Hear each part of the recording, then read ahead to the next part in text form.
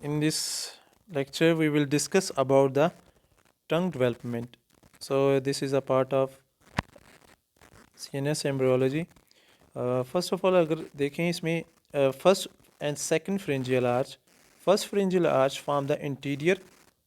First pharyngeal arch form interior 2/3 of the tongue sensation. Like and interior 2/3 of the tongue जो है वो अगर हम देखें तो जो है वो फर्स्ट आर्च से प्रोड्यूस हो रही होती हैं. And the third and fourth arch जो है वो पोस्टीरियर 1/3 फॉर एग्जांपल इतना हिस्सा जो है ये पोस्टीरियर 1/3 जो है ये टंग का third and fourth pharyngeal arch produce करती है. फर्स्ट जो सेंसेशन होती है इंटीरियर 2/3 से अगर आप देखो तो टेस्ट नॉर्मल जो जनरल सेंसेशन होती है वो क्रेनियल नर्व जो है वो 5 ब्रांच जो है वो V3 is a mandibular nerve. It's a mandibular nerve के थ्रू जो है वो जाती है. एंड जो टेस्ट सेंसेशन होती है वो इंटीरियर 2/3 से वो कोडा टिम्पैनिक ब्रांच होती है. कोडा टिम्पैनिक ब्रांच होती है क्रेनियल नर्व 7 की फेशियल नर्व की. एंड नेक्स्ट पोस्टीरियर 1/3 जो है वो taste sensation and general sensation जो है वो क्रेनियल नर्व 9 ग्लोसोफ्रेंजियल नर्व के थ्रू जाती हैं. एंड द पोस्टीरियर बिल्कुल पोस्टीरियर पे जो क्रेनियल नर्व 10 होती है वो टेस्ट और सेंसेशन लेके जाती है. ठीक है. एक्सट्रीम जो पोस्टीरियर होती है वो क्रेनियल नर्व 10 होती है, आपने याद रखना है. मोटर सेंसेशन जो होती है वो मोस्टली जो मोटर सेंसेशन होती है हमारे टंग के मसल्स वो क्रेनियल नर्व 12 होती है टू हाइपोग्लोसल लाइक जो retract and depress the tongue करती हैं. और जो जिनियोग्लोसिस मसल होता है वो प्रोट्रूड करता है टंग को. एंड स्टाइलोग्लोसिस मसल होता है वो draw the sides of the tongue upward create करता है, स्वेलिंग के लिए इंपॉर्टेंट होता है.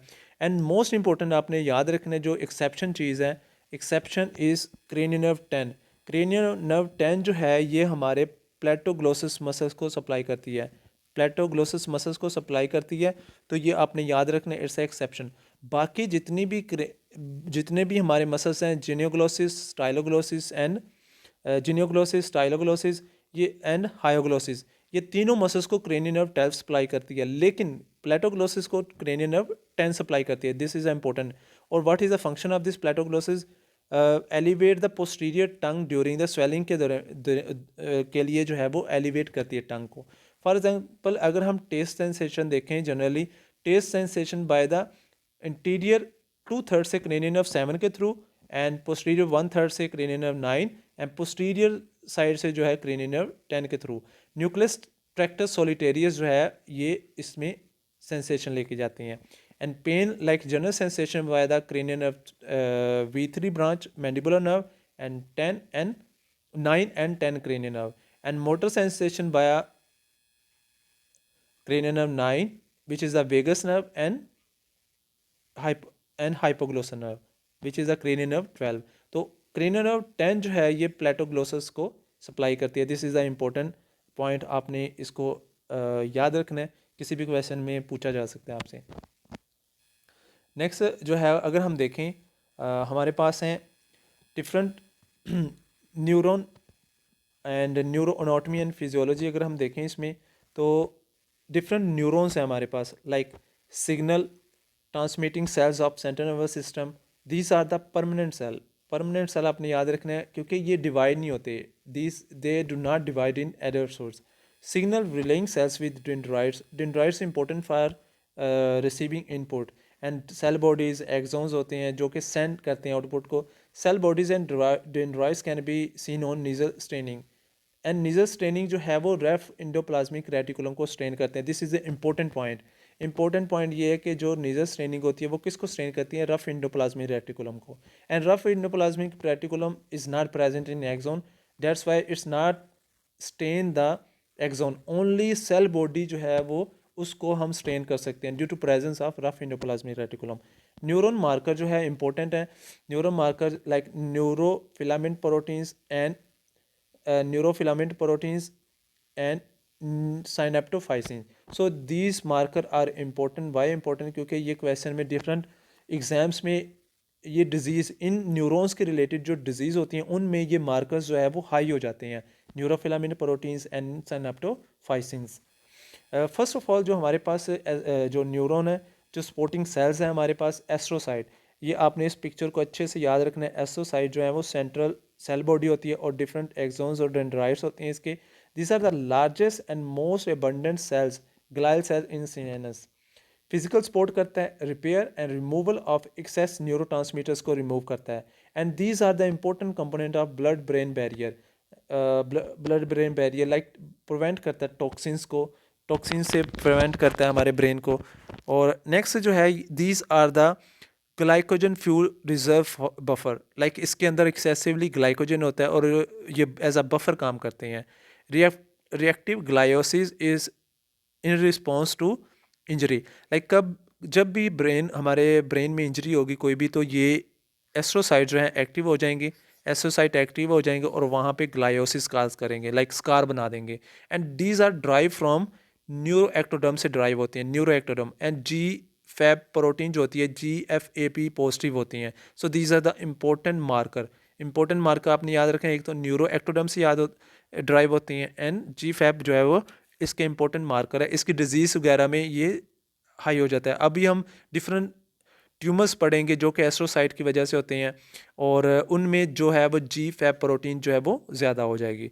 Then microglia are the macrophage, macrophagic cells of central nervous system. So this derive from mesoderm, आपने यही याद रखना है, ड्राइव फ्रॉम मीजोडर्म। बाकी जितने भी हैं वो एक्टोडर्म से होते हैं लेकिन ये मीजोडर्म से ड्राइव होता है। Phagocytic scavenger cells of CNS, scavenger cells means these are the macrophagic cells. Activation जो है वो in response to tissue damage और इंफ्लामेटरी मेडिएटर्स को रिलीज करते हैं, like nitric oxide, glutamate, not readily discernible by Nissl staining इसमें नहीं होती। एंड दीज आर जो आपने याद रखना है, these are drive from mesoderm. This is the important point जो कि आपको एग्जाम में आएगा। HIV infected microglia fuse to form multinucleate giant cells in the CNS in HIV and form associated dementia में। और क्या होता है कि माइक्रोग्लाया सेल्स HIV एसोसिएटेड क्या होता है, CNS लिम्फोमा बनाता है और ये मैक्रोफेजिक सेल जो हैं एक दूसरे के साथ लिम्फोमा बनाते हैं, ग्रैनुलोमा बनता है तो एक दूसरे के साथ कंबाइन कर जाते हैं और मल्टीपल जेंट सेल बनाते हैं। लाइक ये फॉर एग्जांपल अगर मैक्रोफेजेस हैं, ठीक है, ये हमारे पास मैक्रोफेजेस हैं तो ये कंबाइन करके इस तरह का जो है वो एक बहुत इनलार्ज जो है वो सेल्स जो है मल्टी न्यूक्लिएटेड जेंट सेल्स जो है बनाएंगे। मोस्टली HIV के साथ एसोसिएटेड होता है एंड HIV एसोसिएटेड डायमेंशिया के साथ एसोसिएटेड होता है ये। Next ependymal cells, these are the ciliated columnar cells. So important आपने याद रखना, these are ciliated columnar glial cells जो होते हैं ये वेंट्रिकल्स और सेंट्रल केनाल जो है स्पाइनल कॉर्ड उनकी लाइनिंग करते हैं और जिसकी वजह से ये CSF प्रोड्यूस करते हैं। एपिकल सरफेस कवर विद सीलिया जो कि सर्कुलेट करती हैं CSF को।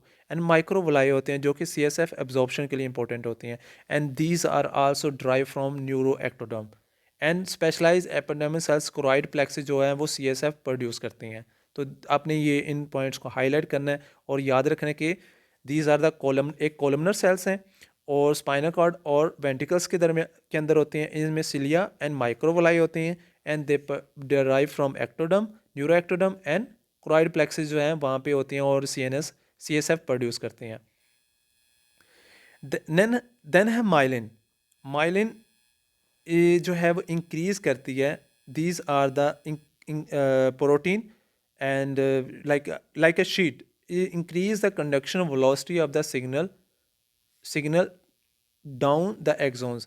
और ये saltatory conduction of action potential जो है at the node of Ranvier जो है, so this is the node of Ranvier. जहाँ पे माइलिनेशन नहीं होती तो वहाँ पे माइलिन जो है वो इसकी सल्टेटरी कंडक्शन को ज़्यादा करती है जिससे जो है वो हमारे सिग्नल ट्रांसफ़र जो है वो बहुत स्पीड के साथ होता है।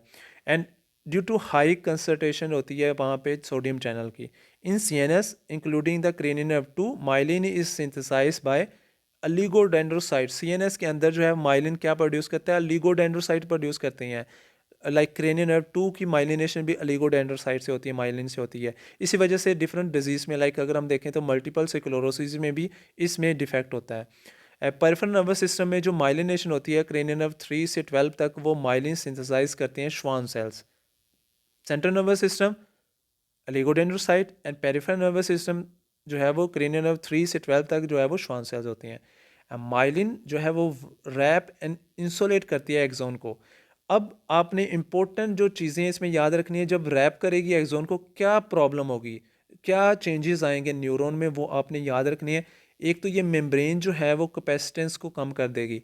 जब मेम्ब्रेन कैपेसिटी कम हो जाएगी तो रेजिस्टेंस को ज़्यादा कर देगी, और स्पेस लेंथ ऑफ कांस्टेंट को ज़्यादा कर देगी, और time constant space length constant को ज़्यादा कर देगी एंड टाइम कांस्टेंट को कम कर देगी। तो ये आपने चेंजेस याद रखने हैं। कैपेसिटेंस कम होगी, रेजिस्टेंस ज़्यादा होगी, और इंक्रीज़ कर देगी स्पेस कांस्टेंट को, और टाइम कांस्टेंट कम हो जाएगा। एंड नेक्स्ट जो इंपॉर्टेंट पॉइंट है आपने याद रखना है, माइलिन सेंट्रल नर्वस सिस्टम में oligodendrocytes and peripheral nervous system Schwann cell. इसको आप कोप से याद कर सकते हैं।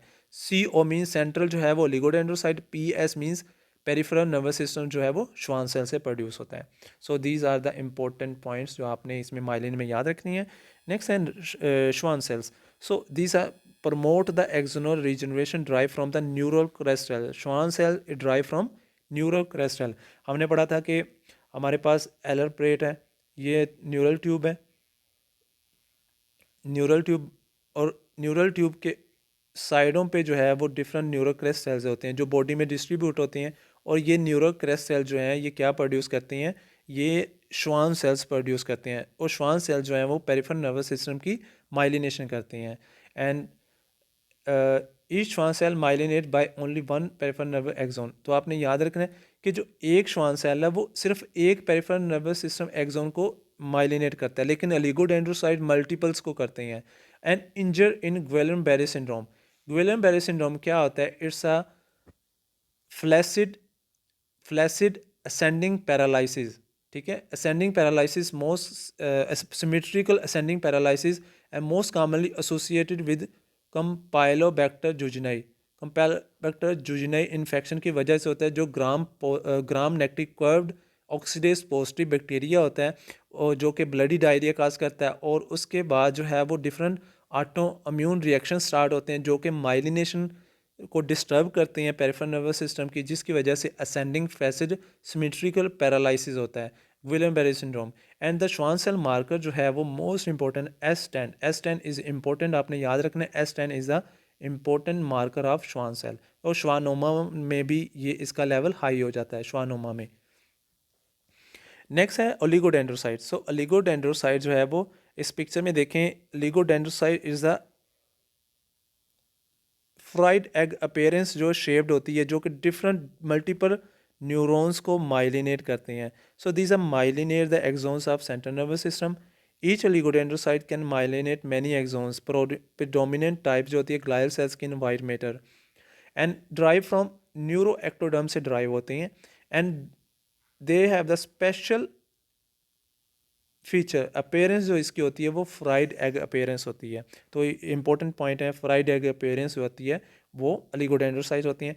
एंड मल्टीपल स्क्लेरोसिस में क्या होता है, ऑटोइम्यून रिएक्शन होता है, और डिफरेंट जगह पे ब्रेन में और सेंट्रल नर्वस सिस्टम के अंदर जो है वो डीमाइलिनेशन होती है।